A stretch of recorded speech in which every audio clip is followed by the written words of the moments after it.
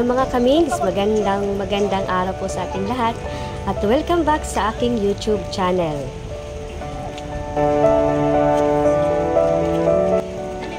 At ito na po yung pangalawang araw namin dito sa Cebu at ang una naming pupuntahan ay ang Fab Lab UP Cebu.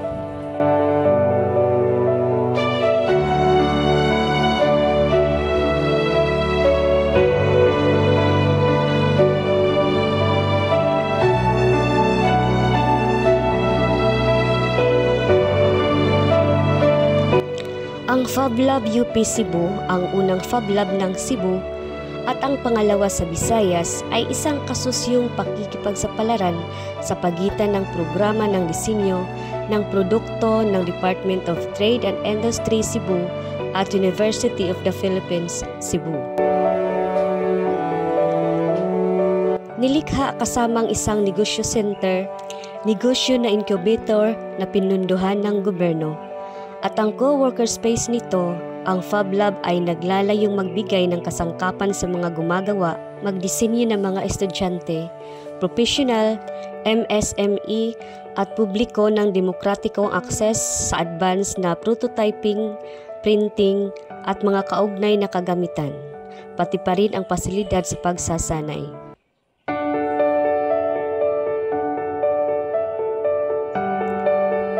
Malawakang kilala bilang kabisera ng Muebles ng Pilipinas, ang Cebu ay umaasa sa 60% ng lahat ng mga export ng bansa. Ang industriyang ito ay nakabuo ng isang grupo ng mga tradisyonal na artisan at gumagawa na nagtustos ng mga kasanayan. Hindi lamang sa industriya ng Muebles, kundi pati na rin para sa mga sektor ng pagmamanupaktura ng alahas, regalo, laruan at mga gamit sa bahay.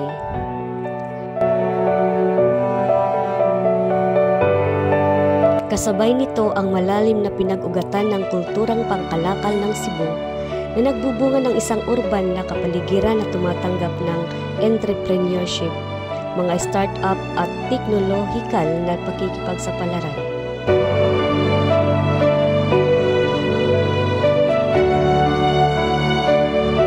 Ang pagtatatag ng Fab Lab sa Cebu ay naghihikayat sa mga industriyang ito na mag-eksperimento ng higit pa sa tradisyonal na mga nakasanayan sa pagmamanupaktura at pagyamanin ang isang kultura ng interdisciplinary innovation at edukasyon.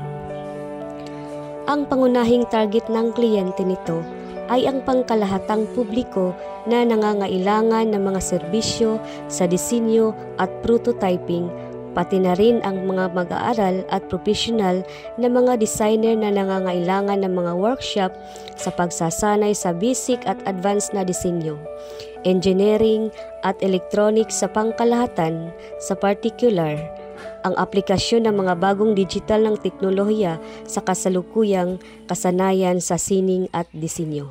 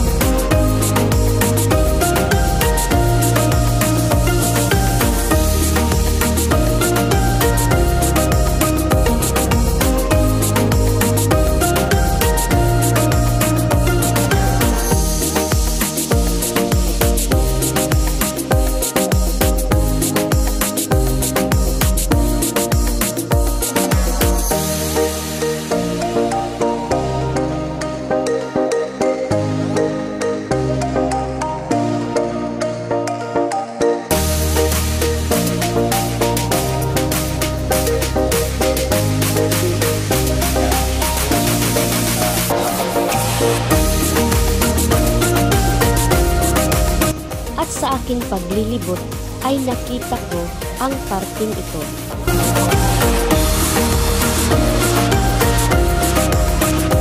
Mga iba't ibang disenyo ng tao, mga bagay, at kung ano-ano pa nagawa ng mga estudyante dito sa UP Cebu.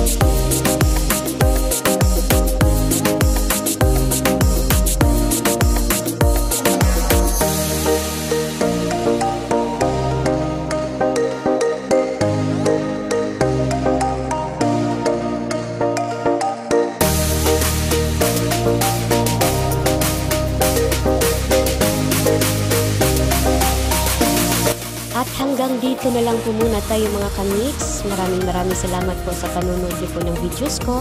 At sa mga hindi pa po nakakapag-subscribe, mag-subscribe na kayo at pindutin ang notification bell para updated kayo sa mga next videos na i-upload ko po. Ayan, maraming salamat po mga kamiks, and God bless us all.